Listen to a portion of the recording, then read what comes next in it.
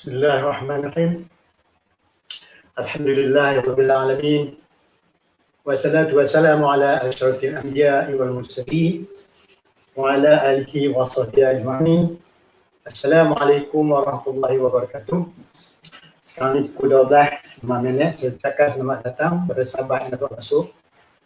InsyaAllah saya akan buat live ni. Lebih kurang tengok keadaan ikut cadangan saya pun lebih tinggi 45 minit. Nanti tengok atas permintaan dan jika ada perbincangan insyaAllah kita boleh buat perbincangan.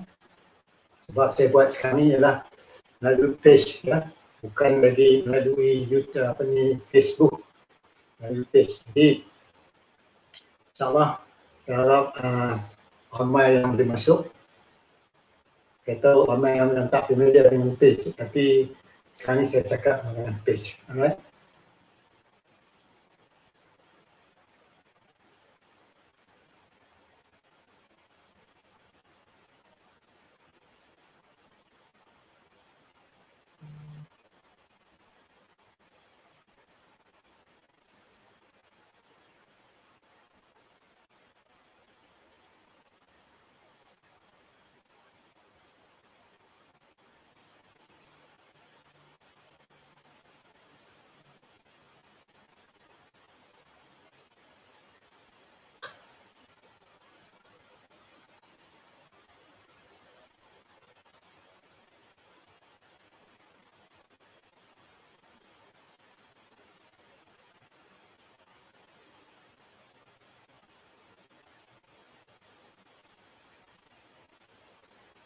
Okay, siapa dapat masuk Alhamdulillah, please share to your friend, please share. Sebab banyak sahabat-sahabat yang minta nak masuk, because mereka tak familiar dengan saya punya page. Jadi sahabat-sahabat yang dapat masuk tolong share supaya sahabat-sahabat kita yang tak berpeluang mendengar tu dapat mendengar di page saya hari ini. Mudah-mudahan insyaAllah boleh membantu melihat saya punya live hari ini. Jadi please share lah kalau siapa-siapa saja yang sekarang ni, kalau boleh please share lah as much as possible so that sahabat-sahabat saya yang berada di di profile tu boleh join. Okey, tajuk ini saya nak cakap dia berhubung dengan pendorong untuk perubahan di dalam perkembangan perniagaan. Okey. Di sana ada sikit error sini. Saya ini nak buat pembetulan.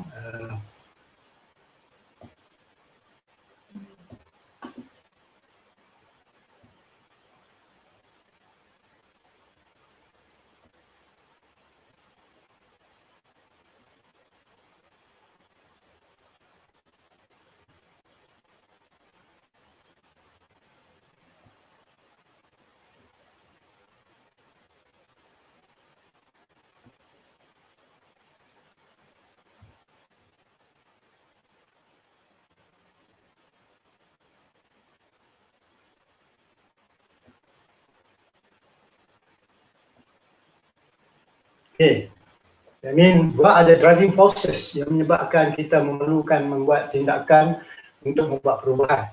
Selalunya driving forces ni adalah sesuatu yang menggerakkan kita supaya buat perubahan, sama ada perniagaan kita ataupun apa sahaja yang kita lakukan ikut suasana.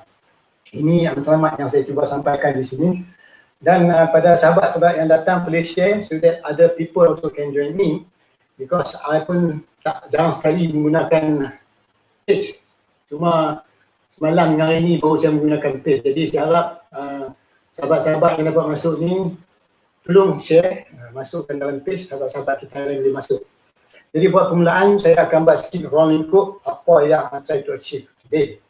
Today, hari ini saya akan cuba membuka perbincangan dengan tajuk apakah driving forces, apakah pendorong untuk perubahan di dalam perkembangan perniagaan kita. Itu main purpose dia. Right? So by doing that means cara tak langsung saya boleh melihat sikit kita punya perkembangan ataupun apa saja yang terasa sesuatu yang terbaik. Okay? Perkembangan perniagaan. Alright, nanti saya buat silap sini. Saya berbetulkan sikit. Okay.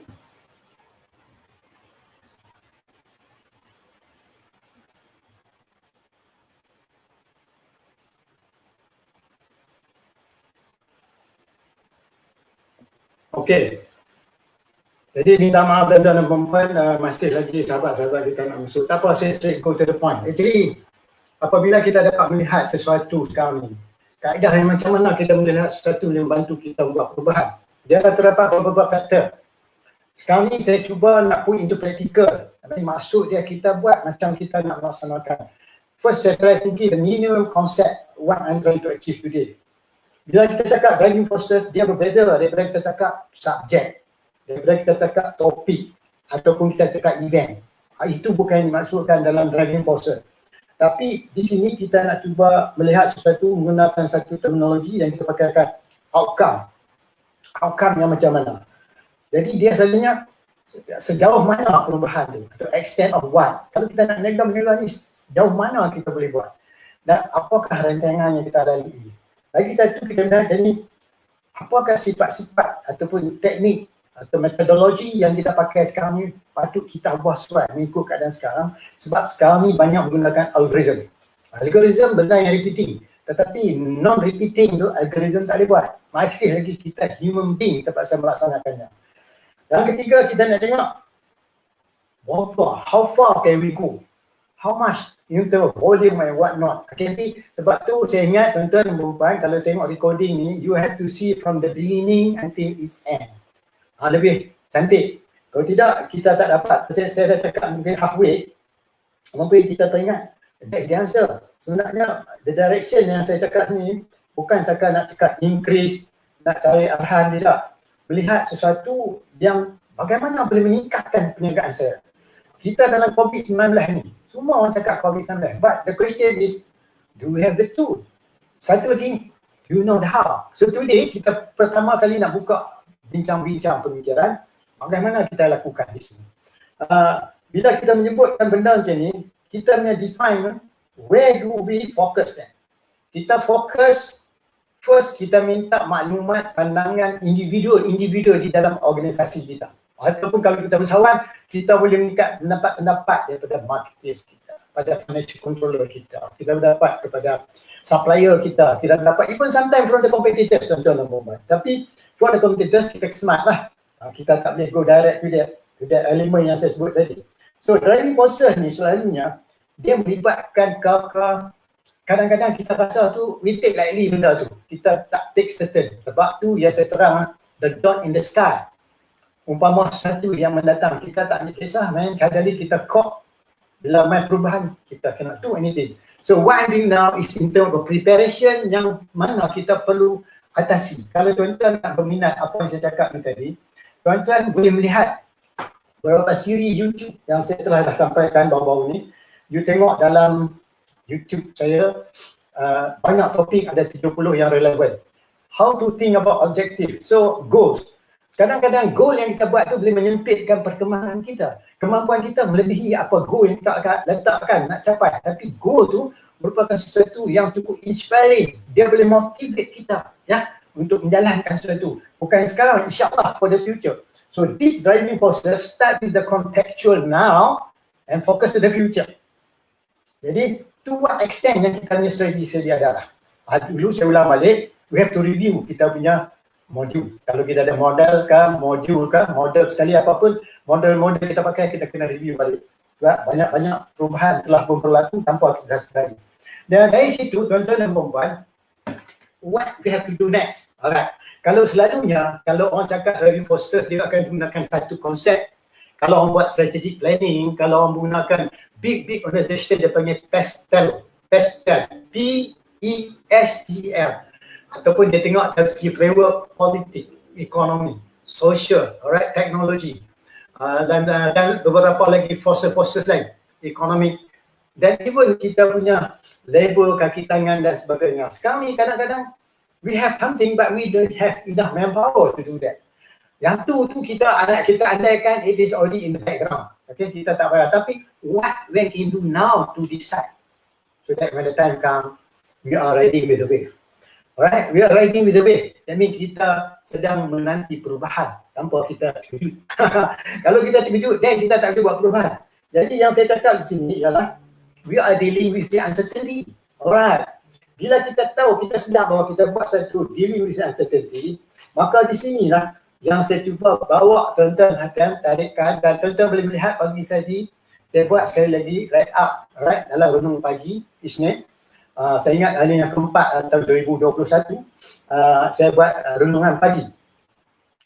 Bila kita buat satu, knowledge kita ni yang kita gunakan ni, kita reference dia, that means we have to rephrase the situation that we are having now. So we have to rephrase the situation with the perspective from the future. Menunjuk kata kita nak melihat keadaan kita sekarang ni daripada sudut insyaAllah ke depan. Jadi tu kita kena cari orang-orang kita. Sebab tu setengah orang dia pergi seminar, setengah tu orang pergi conference, setengah orang tu cari coach. Ini perluannya coach. Kalau mentor, dia terhad kemampuan mentor tu nak mentor kita. Dia masih lagi dalam konteks conceptual. Dia mentor berdasar kepada kemampuan yang dia boleh buat. Tapi apa maklumat yang nak sampai kepada tuan-tuan di sini ya, we have to go beyond than that. That means we have to reframing. Reframing ni dibuat semana kita faham keadaan sekarang, senario sekarang, ataupun dipanggil first we understand situational analysis, keadaan kita yang macam mana. So sekarang ni keseluruhan cakap kita duduk dalam COVID-19. That's what they are repeating, but action is.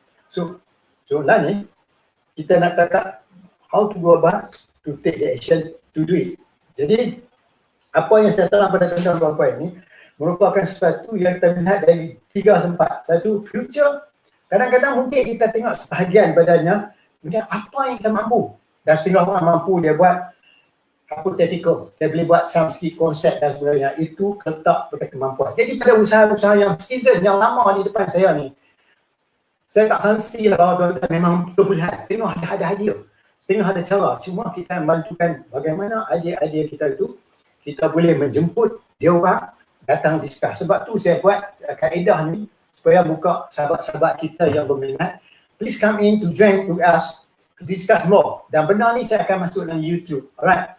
Daripada sini juga kita melihat, saya nak tengok selanjutnya kita melihat daripada Eropah, kami kita tengok daripada US dan daripada Eropah. Eropah dia ada konsep, kalau Amerika kita buka, Eropah dia kata tuna. T-U-N-A. Alright. Teknologi, uncertainty.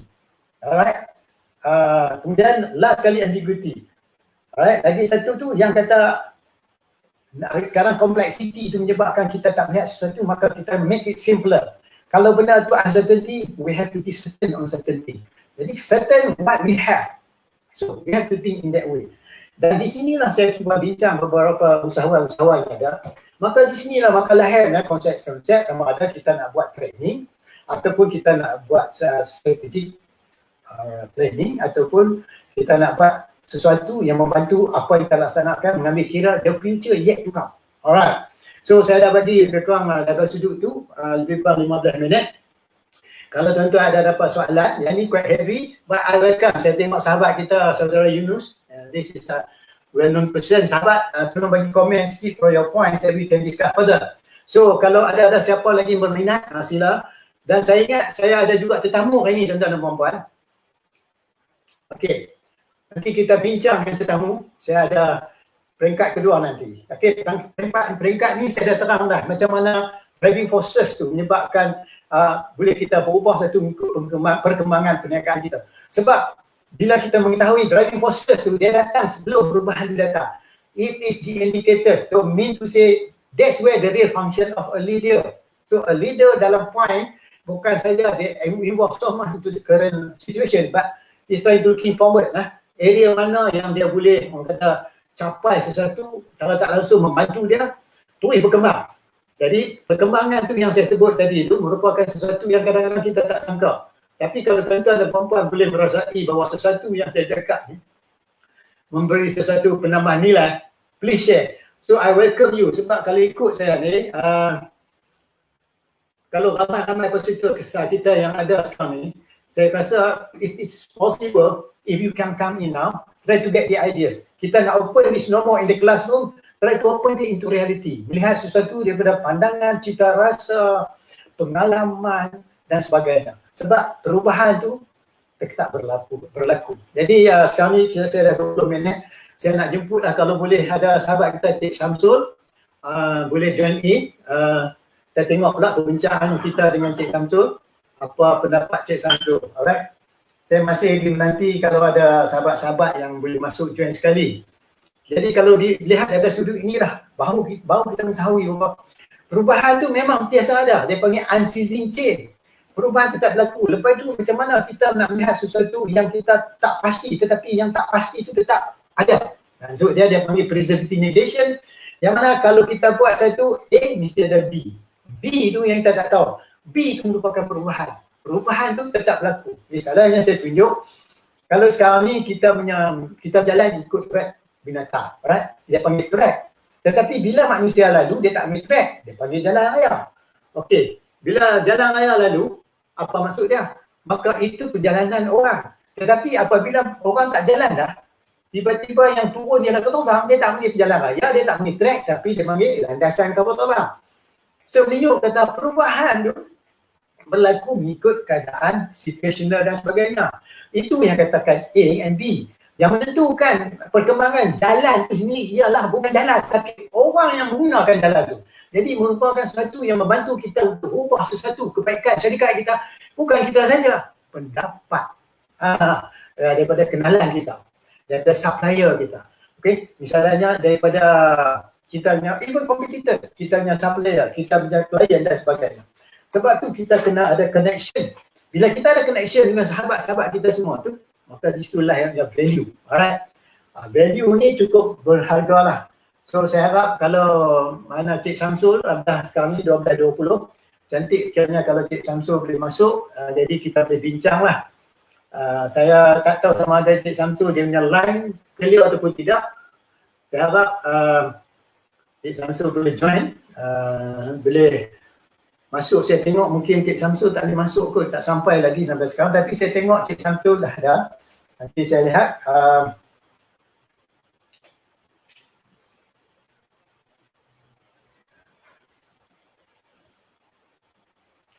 Okay. Cik Samsul.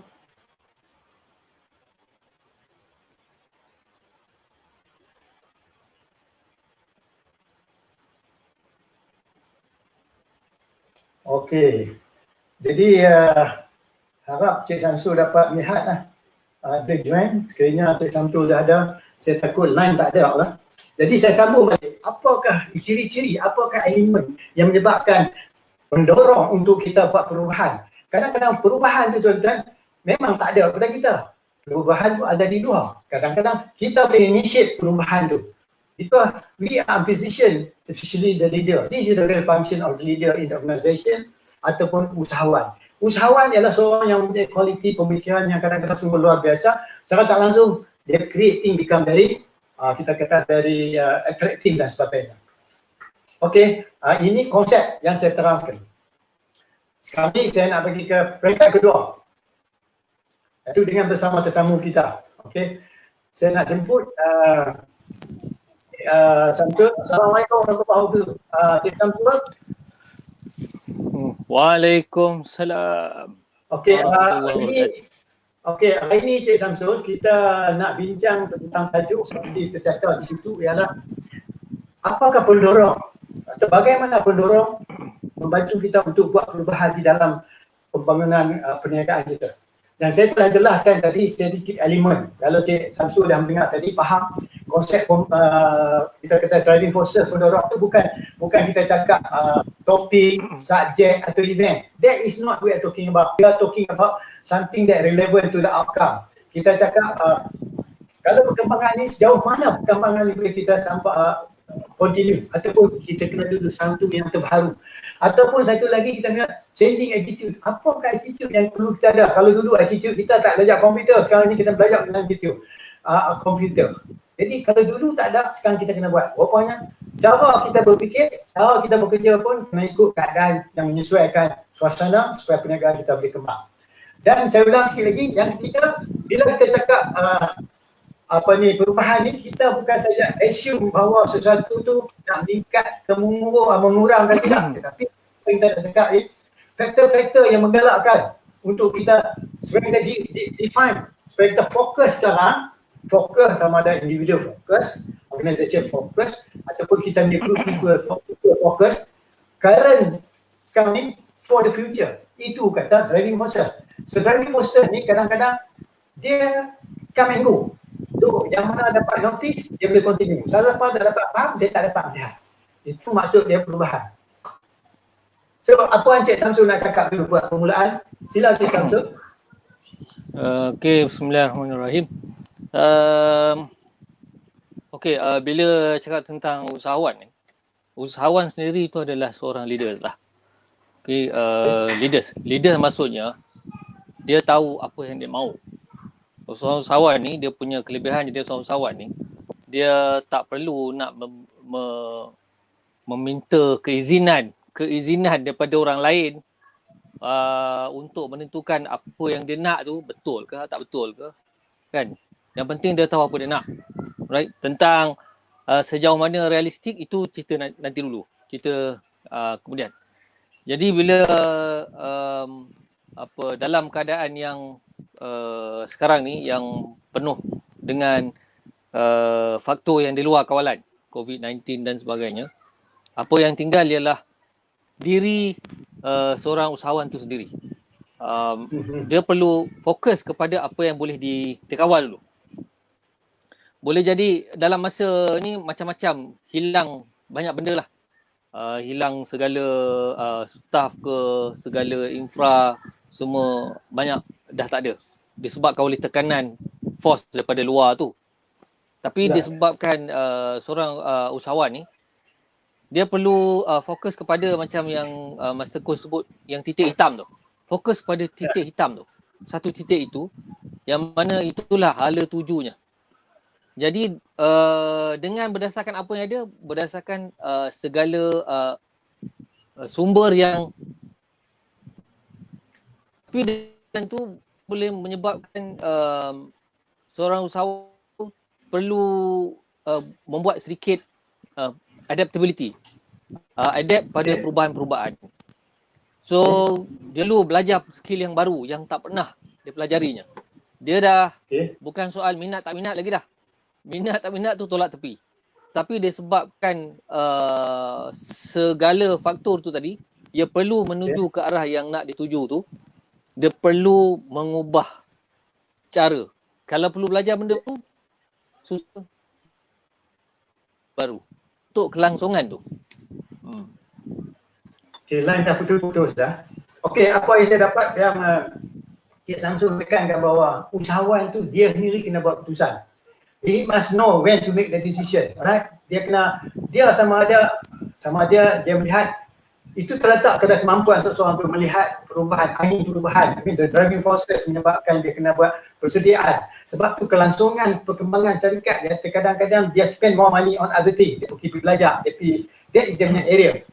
Operational dia let go to the people that he assign, manager, general manager to do it. So it is the function of the leader to coordinate, bukan saja coordinate orang dalaman dia dan coordinate diri dia dengan luaran. Maka peranan coordination dan relationship antara dia dengan pelanggan pun masih jadi utama. Jadi daripada sudut tu, kalau kita melihat Cik Samsul, ini yang dikatakan seseorang leader tu dia kemampuan orang kata melihat sesuatu dalam bentuk integration of multiple perspective. Integration of multiple perspective in order to define complex realities. Jadi benda kenyataan tu kompleks. So bila kompleks, dia kena cari the easy way. Kita kata macam orang tarik rambut ditepuk. Dia kena cari mana yang dia boleh cari dan membantu dia berfikir. Sebab bila kita kata perubahan ni, perubahan tu berletak pada macam mana dia boleh melihat perubahan tu. Kadang-kadang orang tak nampak perubahan. Right? Jadi kalau keadaan macam tu, apa yang kita usaha tu boleh buat? Macam tu. Kita nyatakan sikit. Okay, seorang leader tu dia perlu mempunyai kebolehan untuk melihat sesuatu perkara daripada sudut keseluruhan dan kepada detail, dari sudut detailnya. Dan seorang leader perlu mempunyai kebolehan untuk mengintegrasikan setiap elemen yang ada di depannya. Dan juga ia perlu melihat apa yang di sebalik elemen daripada integrate untuk bergerak terus. Daripada situ dia boleh tentukan susun strategi yang sebaiknya bagaimana untuk pergi ke tempat yang dia nak dituju tu. Okey. Nampak saya tempat you live pun putus-putus. Sekejap lagi kita akan jemput sahabat kita seorang lagi, iaitu seorang saudara Din Rahman. Saya akan jemput dia masuk. Sebelum saya nak jemput dia masuk, daripada sudut the immediate action that you take, you give one any suggestion. Apa immediate action should kita nak usahawan ambil usaha? Apa yang patut cari, that is they can do at this moment of time. Banyak constraint, tak boleh gerak. Kadang-kadang model kita pun dah kurang, ketiga mungkin setengah orang tak prepare, a lot of inconveniences yang terlalu. So apa yang Cik Samsul boleh sharekan sikit? Okay, kena be practical. Sikit dalam daripada sudut seorang usahawan, right?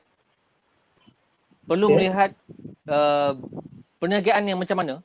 Okay, ini kalau ini untuk alih lah. Okay, untuk perlu melihat peran yang macam mana yang memerlukan modal sedikit tetapi boleh menghasilkan keuntungan. Banyak atau sikit keuntungan tu itu cerita lain. Yang penting dia boleh bergerak, boleh survive. Okay. Asalkan ya. Tak apa ni asalkan apa? Contoh. Kalau sekarang ni kita online kan. So banyak online, contoh yang paling ketara ialah dropship. Dropship tu yang paling simple. Maksud dengan keadaan yang usahawan tu tak perlu nak manage resource, tak perlu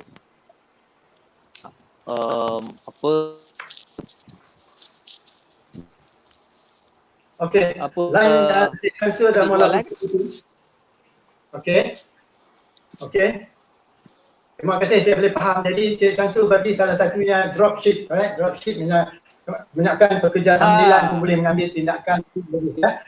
Sampai sedemikian. Okey. Terima kasih Cik Samsul. Kami bersama kita, saya jemput seorang lagi, seorang Din Rahman. Din Rahman. Selamat datang Din Rahman. Bersama kita ni Cik Samsul, ya. Seorang former lecturer dan juga usahawan, now jadi coach dan praktikal dan sebagainya. Saya ingat Cik Din ni, saya kenal dia lama ni. Cik Din boleh cerita macam mana Cik Din boleh kenal dia. Selamat datang Cik Din Rahman. Sila Cik Din, boleh share macam mana yang boleh kenal. Sila. Okay, Assalamualaikum warahmatullahi taala wabarakatuh. Waalaikumsalam. Terima kasih kepada Sifu Dr. Syakir kerana menjemput saya bersama-sama dengan Tuan Samsul untuk online tengah hari ini. Okey, lebih 5 tahun yang dulu saya mengenali Dr. Syakir ni secara diatur oleh Tuhan lah dalam majlis perkahwinan seorang sahabat. Jadi kami sama-sama menghadiri majlis perkahwinan anak seorang sahabat. So daripada situ kita bertukar-tukar business card dan bertukar kontak dan berwhatsapp lah. Kemudian kita ditemukan lagi dalam satu program bersama InScan di Pullman di Putrajaya, di mana Dr. Syakir dijemput sebagai master trainer, master coach dalam program itu, program Peace Counselor InScan batch pertama. So saya merupakan salah seorang daripada peserta Peace Counselor InScan sesi pertama. Jadi daripada pertemuan yang kali kedua itu mengeratkan lagi kami sering berhubung dan bertemu daripada semasa ke semasa bila ada kelapangan masing-masing. Maklumlah Dr. Syakir kita ni, Master Sifu ni agak sibuk, jadualnya agak padat. Jadi untuk bertemu dengan dia bukanlah semudah yang disangkakan. Itulah bagaimana rintikan pertemuan kami. Okay. Terima kasih Din. Terima kasih Cik Din. Okey, alhamdulillah. Kalau Cik Din saya ingat mungkin Cik Din dah mendengar kot sikit perbualan awal sebelum saya invite Cik Din masuk. Pertama sekali saya ucapkan terima kasih lah pada Cik Din dan Samsudin, Cik Samsul yang sudi join walaupun impromptu, boleh meruangkan masa lebih kurang 20-30 minit lagi.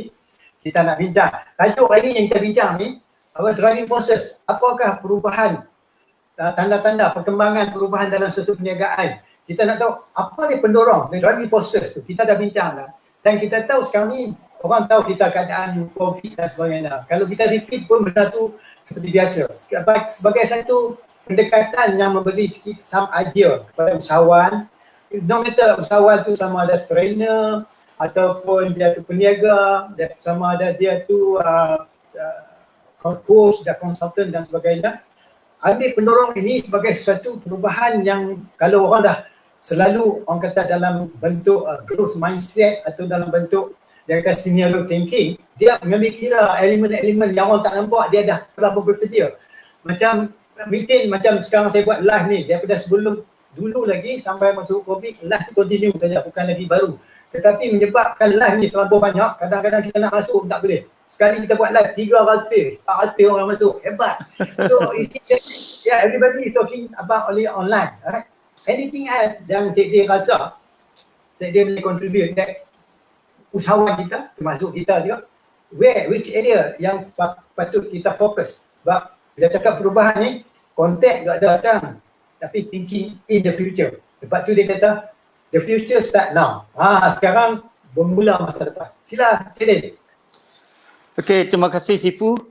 Saya melihat sesuatu bisnes itu mesti mengalami transformasi daripada semasa ke semasa ataupun dibuat kaizen setiap masa melihat kepada situasi pestanya.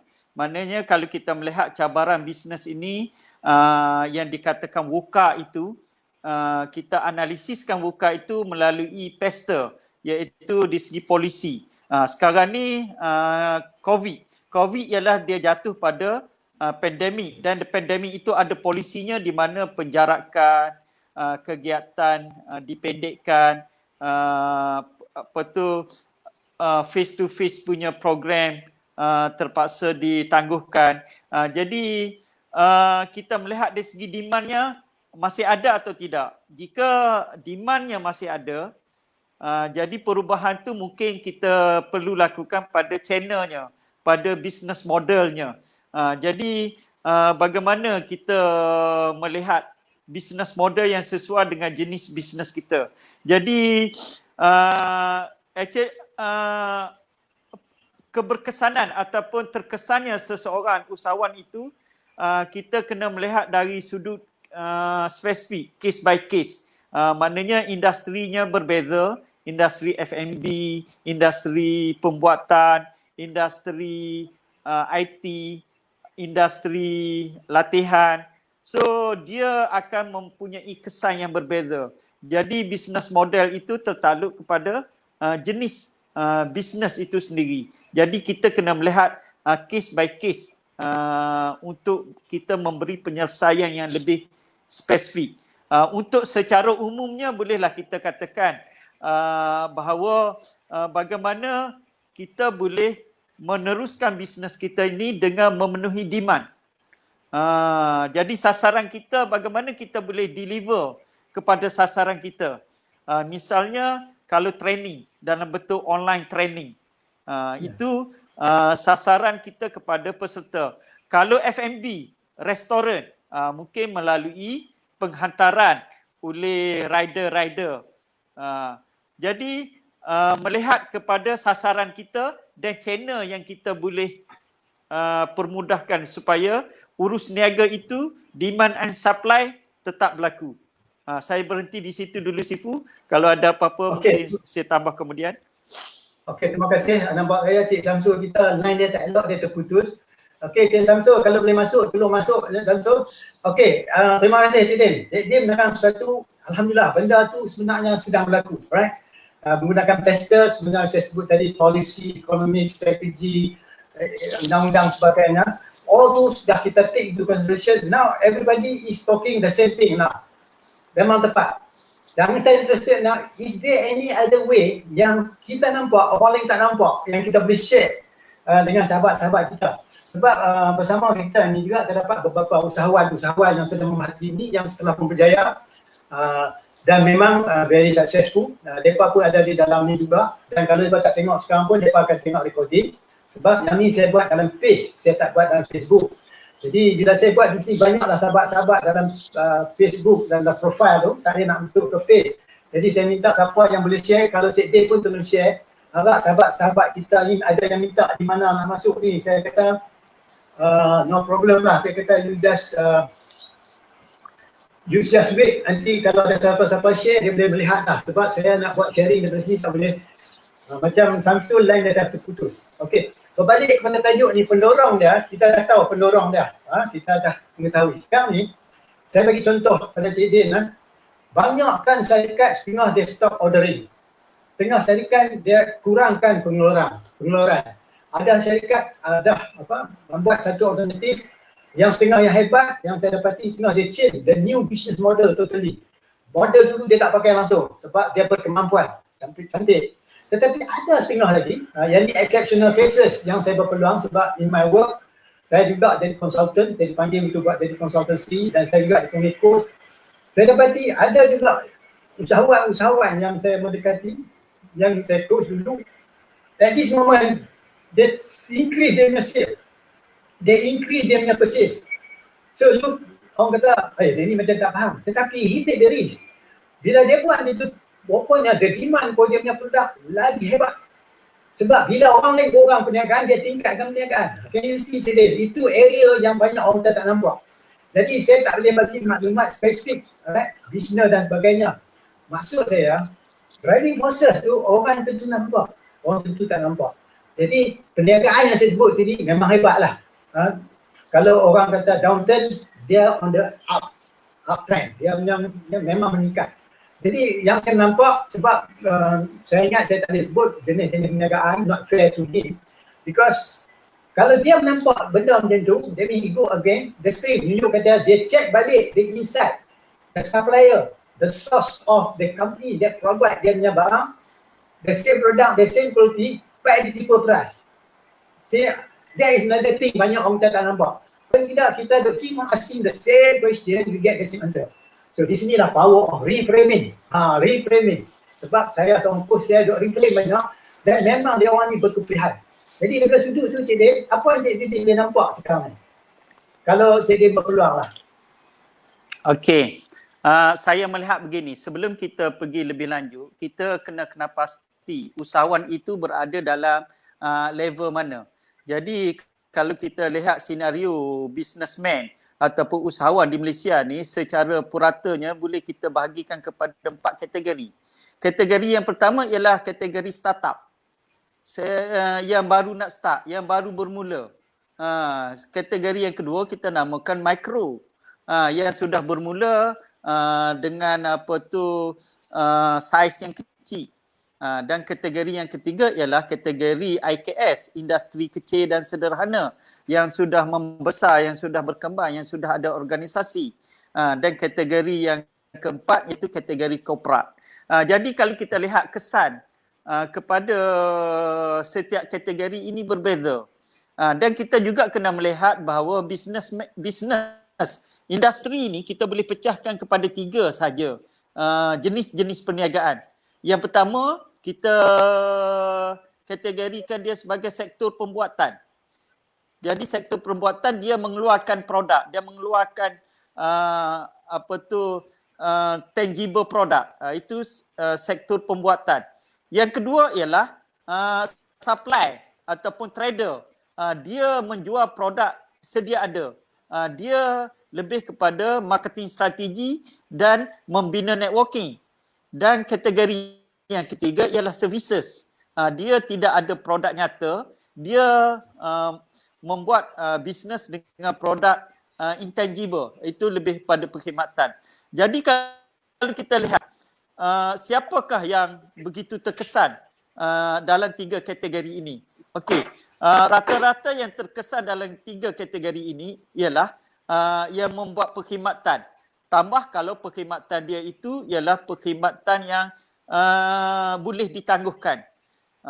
Namun ada perkhidmatan yang begitu diperlukan dalam saat COVID ini. Misalnya perkhidmatan penghantaran barang-barang. Di sebelah ofis saya ada anak muda, sekumpulan anak muda yang baru bermula pada bulan Mac tahun lepas, memulakan bisnes penghantaran parcel. Malah dia dapat berkembang dengan cepat. Dan kita lihat lori-lori kargo sudah mula menghantar dan datang ke gedung dia untuk distribute barang-barang yang dihantar oleh pengguna-pengguna. Jadi itu kita kena melihat begitu. Jadi saya suka melihat secara spesifik. Jadi pertama kita tahu dia kategori mana. Kategori mikro, startup, IKS ataupun korporat. Yang kedua kita melihat dia ni dari industri, daripada sektor apa? Sektor pembuatan, sektor perkhidmatan ataupun sektor supply. Jadi dekat sini dia akan menggambarkan dari sudut dia punya resources dia, dari segi daya tahan dia, dari sudut daya majunya dan dari sudut daya saingnya. Jadi jika ada usahawan-usahawan yang terkesan, kita melihat dahulu apa senarionya, apakah punca yang dia terkesan. Daripada situ baru kita boleh sebagai business coach, sebagai coach, saya fikir kita memberi rawatan ataupun memberi cadangan itu ataupun memberi feedback itu berdasarkan spesifik, apa yang boleh membantu dia secara spesifik untuk dia move on, untuk dia bergerak ke depan. Saya fikir begitu dulu. Okey, katalah kita Cik Din boleh pilih mana-mana industri, mana spesifik area yang mana kita boleh fokus. Kerana kita ada sikit sumbangan idea yang mana dia boleh take up and start to do it. Daripada banyak-banyak bidang industri itu. Of course, dalam bidang startup ni, kita cannot do so much about things to them. Mereka masih memerlukan bimbingan, financial support dan sebagainya. For those seasoned usahawan, jenis-jenis perniagaan yang mana Cik Din rasa Cik Din ada sesuatu yang boleh kita tambah so that they boleh start to it now, get some idea and put it into action. Secara langsung kita bagi kekuatan pada mereka terus berdepan sebab they are already in the market, right? They have already cost. Some of them mungkin tak dapat nak cover lagi yang break-even point, kita tak tahu. Setengah dah excess capacity dan sebagainya. Jadi apa yang Cik Din ada dah? Misalnya even for trainer purposes, okay, trainer because Cik Din dalam bidang training. Apa yang patut dia orang ni, because there are trainers, there are cluttered, banyak trainers di dalam dimension ni, terlalu banyak. Okay? Apa yang Cik Din beri cadangan kepada trainer ni misalnya, what they should do now so that they can improve the industry, they can improve their punya professional skill dan sebagainya. Apa pandangan Cik Din? Okey, kalau berbalik kepada industri trainer yang kita berada, yang saya berada lebih kurang 10 tahun dan bagaimana kita melalui proses kesan daripada turun naiknya industri dalam industri ini. Okey, dalam pasca ataupun musim COVID ini, kalau kita tengok berdasarkan arahan MKN, training yang tidak boleh dijalankan ialah dalam bentuk kursus face to face yang tidak boleh dibuat dari seminar melebihi daripada yang tidak ada penjarakan. Jadi yang ditonjolkan pula ataupun yang disarankan pula ialah training dan kursus itu dibuat secara online. Jadi kalau kita lihat daripada awal bulan 10 yang lepas sampai Januari sekarang, banyak program-program penjana ataupun training ataupun coaching dibuat secara online. Maknanya kita berpindah dari sudut channelnya, dari sudut medianya.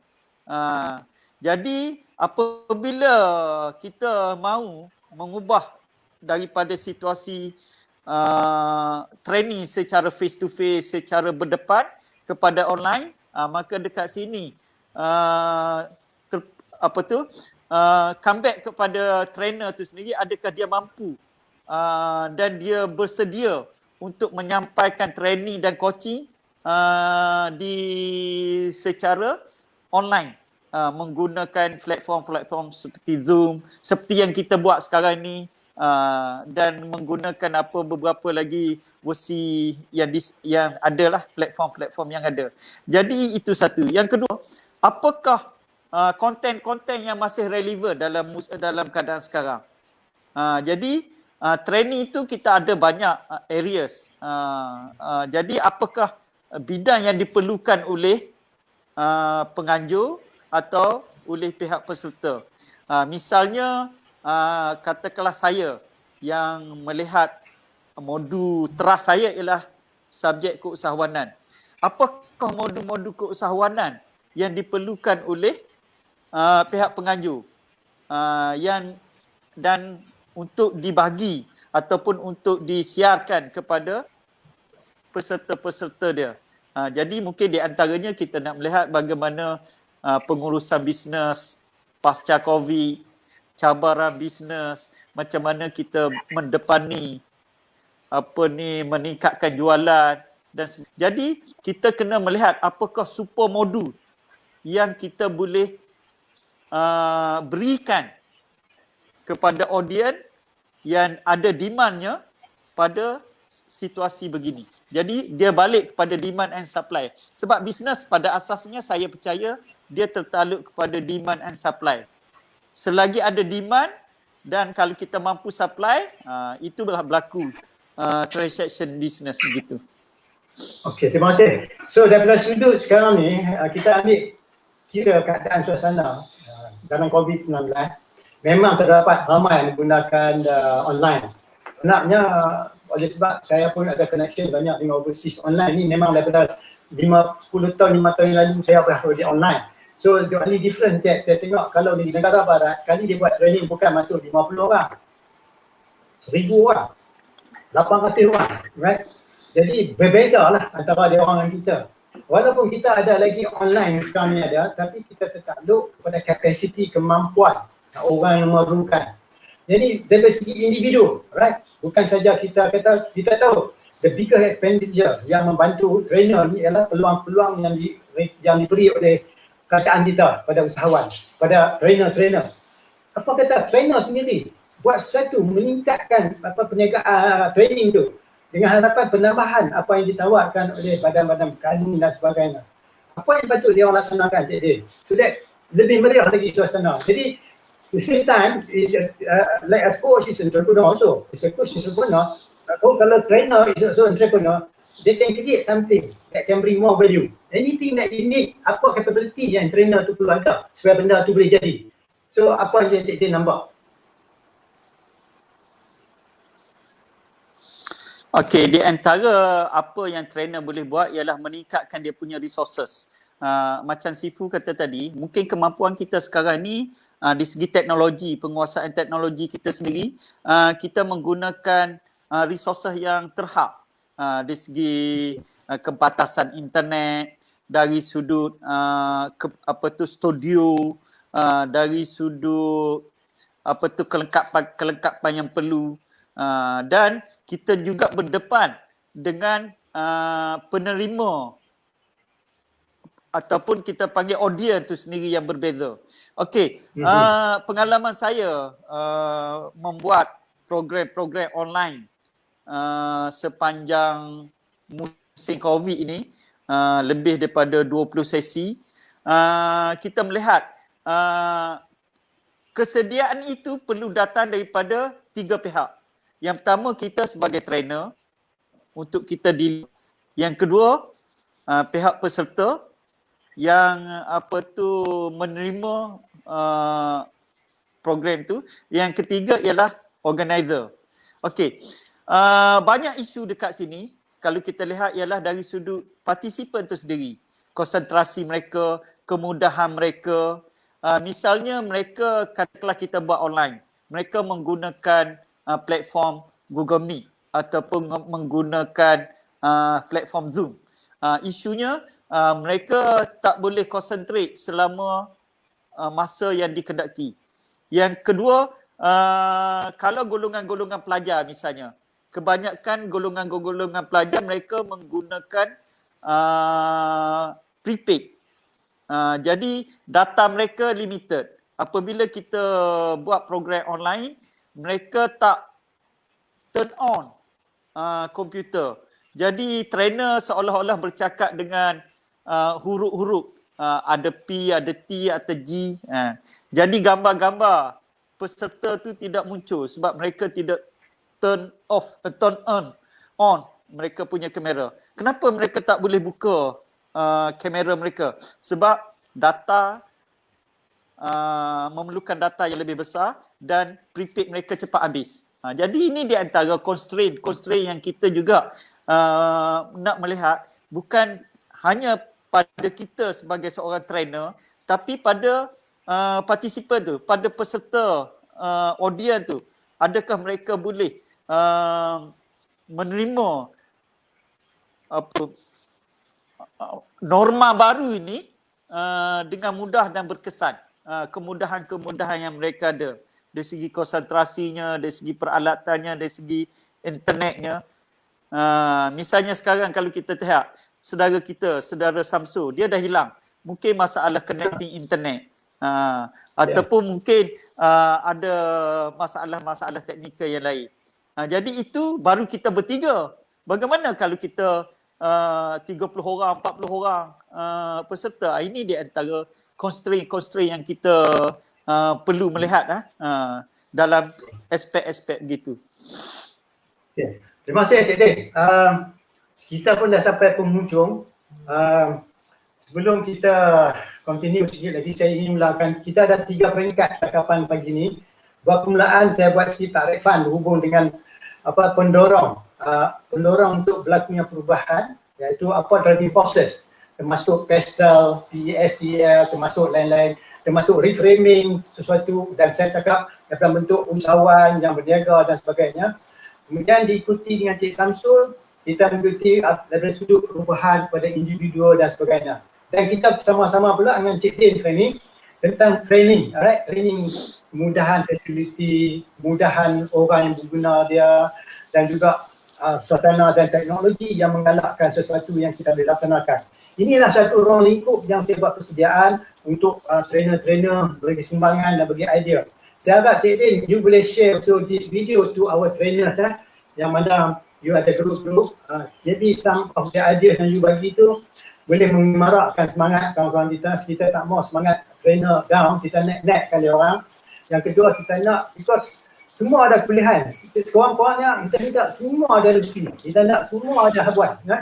Dengan sharing macam ni, cara tak langsung bersemangat daripada melihat, bukan daripada keseorangan. Jadi apa yang saya buat ni penerongan. Kalau Cik Din saya fokuskan kepada training, kepada Samsul kepada business entrepreneur. Dan sikit hari juga saya akan masukkan beberapa orang usahawan yang unthinkable dia boleh berjaya di dalam COVID-19 ni.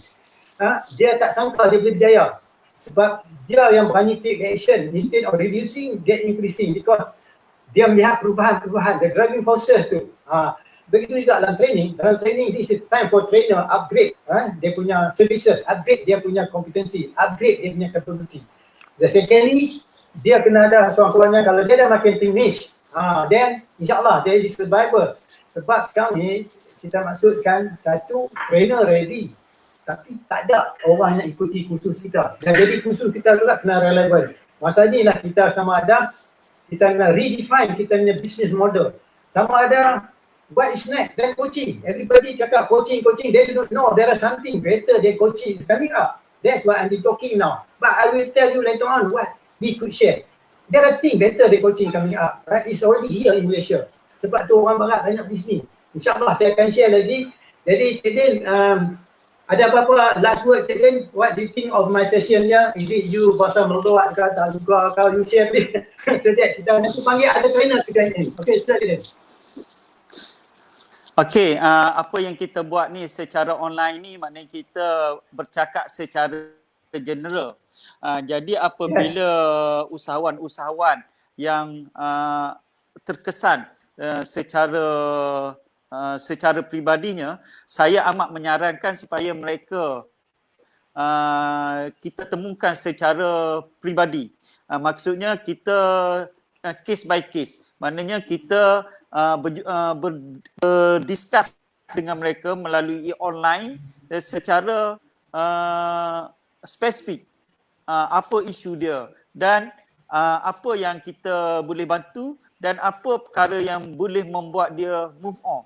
Jadi dekat sini datanya pada saya peranan sebagai coach. Dan kalau secara online begini kita bercakap secara umum saja, namun apabila kita diberi peluang untuk melakukan business coaching ataupun executive coaching, daripada situ barulah kita dapat membuat lonjakan sebenar, memberi perkhidmatan yang lebih spesifik. Itu pandangan saya, Sifu. Okay. Some sharing saya memanglah saya semenjak dulu saya di online, one-to-one coaching, executive coaching, leadership coaching, business coaching. Memang saya dapat online. Ya, sebab coaching ni kita tak boleh cerita siapa klien kita dan sebagainya, hanya confidential. Jadi saya jarang cakap, memang betul kita boleh provide is information, provide general. We cannot go too specific because too specific kadang-kadang kita mungkin we do not know that we disturb other people punya business opportunity or not. So when kita cakap benda general ni kita mengelakkan. So that if they want to know specific, they know where to contact, right? And then last time I also invite a lot of other trainer and coaches seperti Nathan, banyak lagi Dr. Moftesh, certified coach. Saya invite dia orang join in. Hari ni saya panggil Cik Din juga. Jadi saya ingat next time saya akan invite lagi, banyak lagi, bukan saja coaches, consultant, trainer, architect dan sebagainya, yang mana pandangan dan sumbangan daripada tu bagi kepada kita kira sesuatu yang membina juga. Jadi saya ucapkan ribuan terima kasih lah pada Cik Din, boleh ruang masa cakap lebih kurang 30 minit. Okay. Saya try not to ni. Kalau ni Cik Din boleh copy ni, share lah dengan sahabat-sahabat kita lah. Tak kira lah siapa pun, the idea is so that we bring more people to discuss openly. But benda yang highly confidential diri dia, sure. Kita tak mahu lah. Ini sebagai tindakan tambah. Sebelum kita go tu saya nak ucapkan ribuan terima kasih lah pada sahabat-sahabat yang masuk, Samsul, Cik Din Ring, tengok Vince Lim pun boleh masuk, tadi kita punya Yunus pun ada masuk, dan beberapa orang lagi yang saya nampak, yang lain saya tak nampak. Mungkin this is the second time saya menggunakan page. Sebelum tu saya gunakan Facebook. Jadi profile. Jadi banyak kawan-kawan yang guna profile tu tak boleh masuk sebab mereka tidak ada di dalam saya punya page. Tak apalah, please like my page and then you can come in. Because dalam page ni banyak saya ramai, belas-belas ribu. Jadi ini jarang saya buat, maka dia slow sikit nak pick up. Jadi pada sahabat yang nak masuk tu, I wish all the best to you. Thank you very much for joining here. Because lagi benda short time, short notice. Alright, itu saya panggil Cik Din tempat kan. Jadi saya invite sekali lagi. Jadi insyaAllah, I'm waiting for your time. So tengok lain kali kita buat lagi Cik Din. Jadi saya ucapkan terima kasih. We see you again. Okay, insyaAllah. Ya, insyaAllah. Nanti petang ni saya akan buat pula at 5.20 on specific topik. Cik Din kau boleh tengok lah. Kalau ada apa, I invite you to join at 5.20. Alright, saya mohon maaf silap cakap, rajin cakap dan sebagainya. Yang telah masuk tadi Cik Samsul dan Cik Din. Thank you very much. Let's share this YouTube and I will put it to YouTube, you can share. Okay Cik Din, Assalamualaikum warahmatullahi wabarakatuh.